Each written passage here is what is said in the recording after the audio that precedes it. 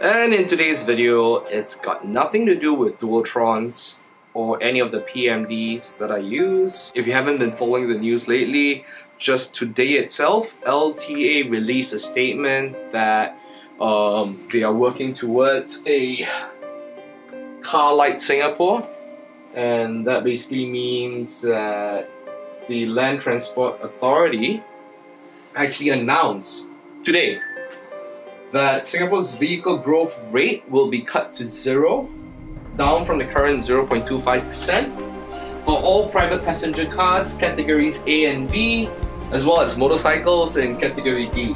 Now, this change will take effect from February next year as the government continues to steer Singapore towards a car-lite society.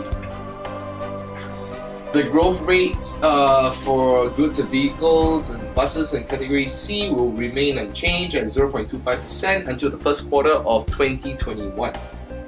And possibly in 2021, even goods vehicles or commercial vehicles could potentially be cut to 0 growth rate as well. And while they've given a concession for commercial vehicles to continue at a growth rate of 0.25%, this is to provide businesses more time to improve the efficiency of their logistics operations and reduce the number of commercial vehicles they require. LTA said in the news that the move was in view of Singapore's land constraints and our commitment to continually improve our public transport system. 12% of Singapore's total land area is taken up by roads. It added, in view of land constraints and competing needs, there is limited scope for further expansion of the road network. Right now, road infrastructure in Singapore is very current and already very advanced. And given the number of ERPs that we have in Singapore and the number of vehicles on the road, let's be really realistic here, okay? We are a very small country. The only reason why we don't have to deal with the kind of traffic jams that you see in, like, say, in countries like Indonesia, in Thailand, even in the Philippines, is because the government has taken a very broad-based approach to tackling road congestion. Okay, I know many Singaporeans out there will be thinking like, oh yeah, the ERP is there, you know, to line the government's coffers and blah blah blah. But I've had my driving license for more than 23 years, and I'm actually very glad that the road system, or rather the traffic congestion in Singapore is very well regulated, despite the number of cars that we have on the roads.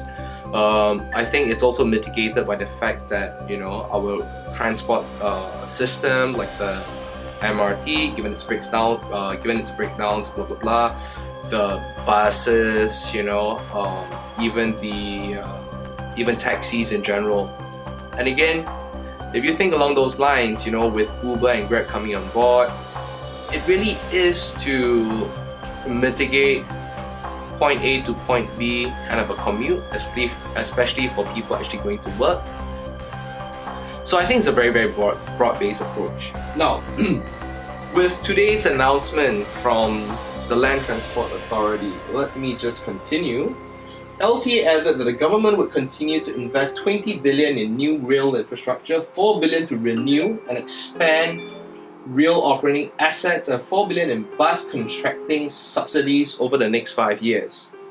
The authority last adjusted the vehicle growth rate in October 2014, so this is actually 3 years ago, and it halved the vehicle growth rate from 0.5% to 0.25% per annum for the period from February 2015 to January 2018. They will review the rate again in 2020 after the adjustment announced on Monday, which is today. LTA added that the adjustment to the vehicle growth rate to 0 is not expected to significantly affect the supply of Certificate of Entitlements, which we call the COE. And for all of you out there who's not aware of how the ownership of vehicles are in Singapore, when you buy a vehicle, you need to pay for a Certificate of Entitlement, which could amount to the cost of the car, or maybe even more. Because it's always, it depends on supply and demand. as the COA's quota is determined largely by the number of vehicle deregistration. So I think, again, to put that into perspective,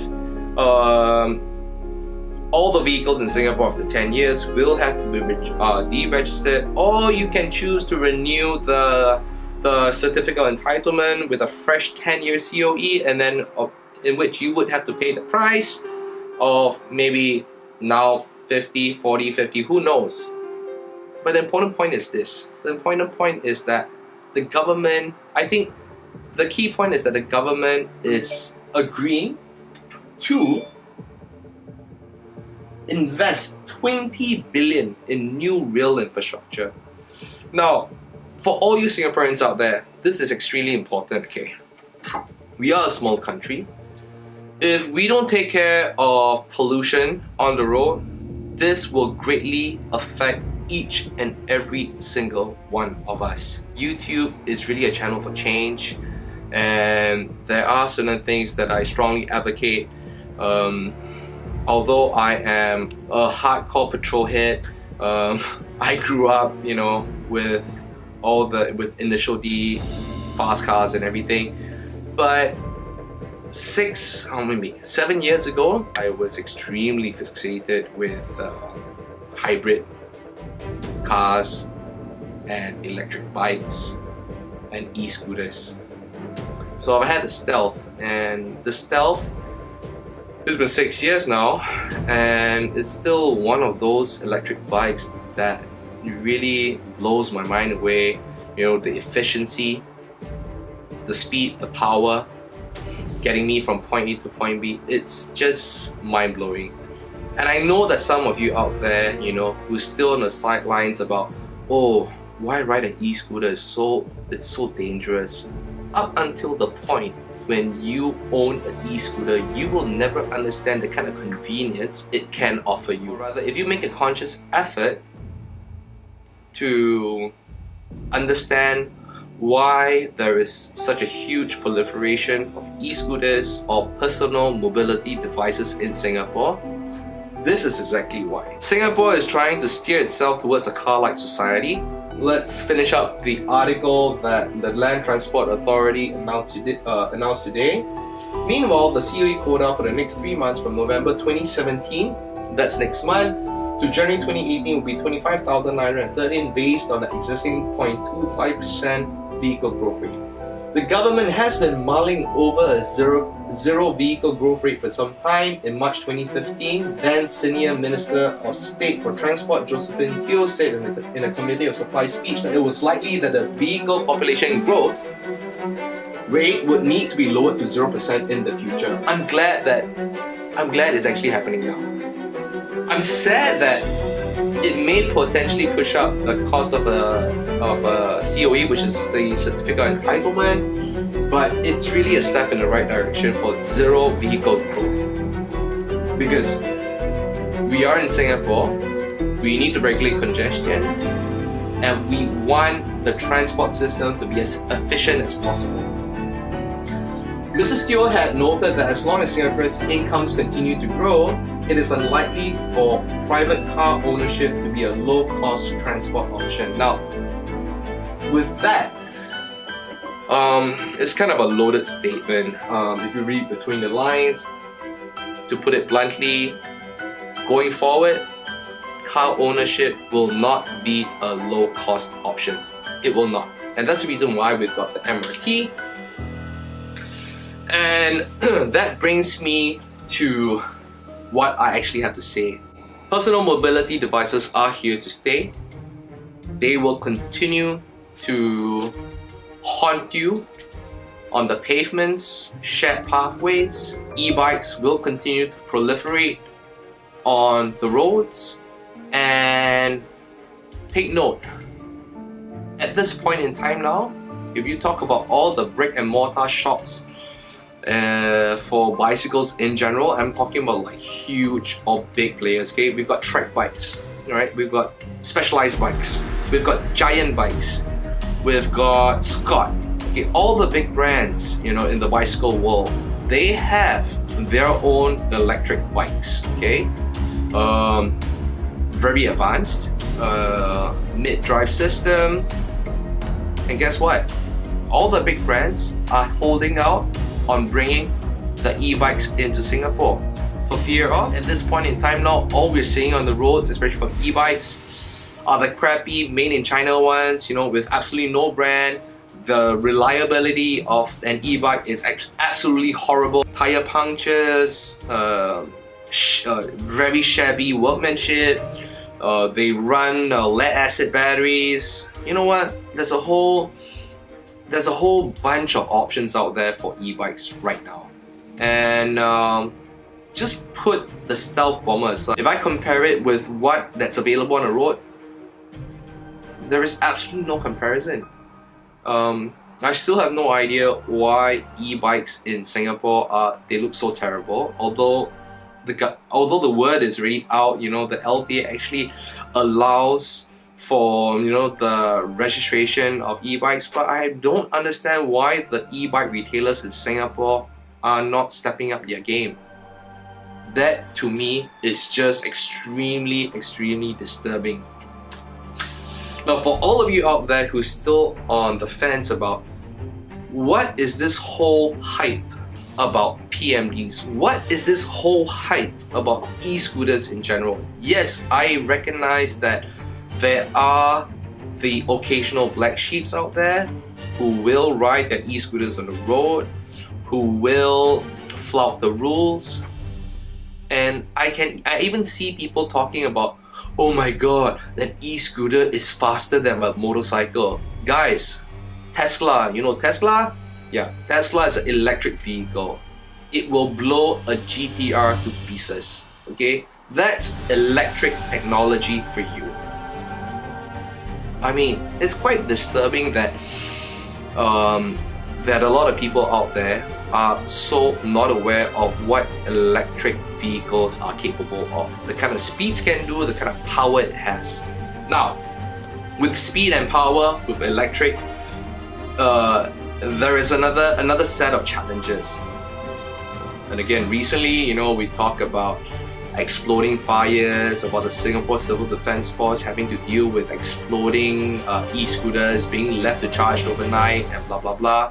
Again, it's all about awareness, it's all about education, and I think these two things will go hand in hand. We need constant education in terms of electric vehicles like e-scooters, personal mobility devices.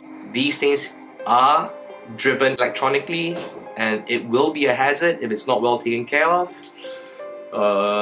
Pedestrians in general, drivers in general, they need to be aware that this is the future. The Land Transport Authority has already made an official statement, zero growth rate. Unless you decide to continue to just buy a car, then I think the only way is to embrace the change, and this is the change that's happening right now in Singapore. We don't really have a choice. You have a choice. You can decide for yourself whether or not to maybe consider an e-scooter, a unicycle, a Segway of sorts, a 9-bot. You know, there are so many options, and even as I speak right now, we have new manufacturers out there, we have new suppliers out there, and it's through this constant education that I believe will open up more people to the idea of considering personal mobility devices, public transport system, and I think they all work hand in hand.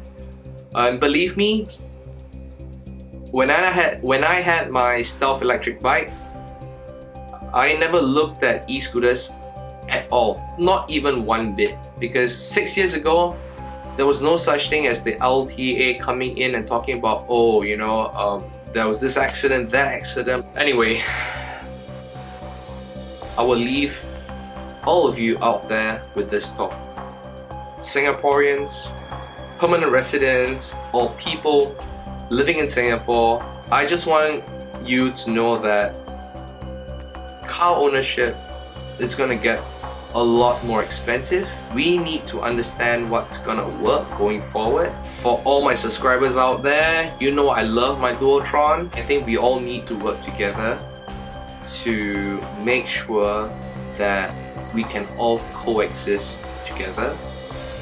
I think that it's extremely important to respect other road users. For those of you who are still on the fence about buying an e-scooter or just wondering what a personal mobility device is, it's one of those irritating e-scooters that you read about on the news, overtaking vehicles and stuff like that. But trust me, the majority of us in Singapore, right, are really not like that. In fact, most of us, I would say maybe 80 to 90% of us actually abide by the rules, except for the occasional hazard that we have to avoid on the pavements, in which case we will then travel on the road. Other than that, I think the majority of us are actually very law-abiding. We actually use the e-scooter as a main mode of transport. In fact, the Uber deliveries that you get, the food pandas, the Deliveroos, they use a lot of e-scooters. Give yourself a chance. Cost of car ownership is going up. If you want to save yourself a lot of money, do consider getting a PMD as a main mode of transport, or maybe a last mile solution. Take it into the MRT. And for anyone out there who's still new to my channel, I'm very passionate about the things that I do outside of my work. I love food, going on holidays, who doesn't? And most of all, I love my gadgets, and that includes a whole series, a whole range of stuff. Electric scooters, hybrid vehicles, cameras, and really the channel is for me to indulge my passion. If you're new here, if you like what I do consider subscribing, and I will see you in the next one. Take care. Bye. That basically concludes the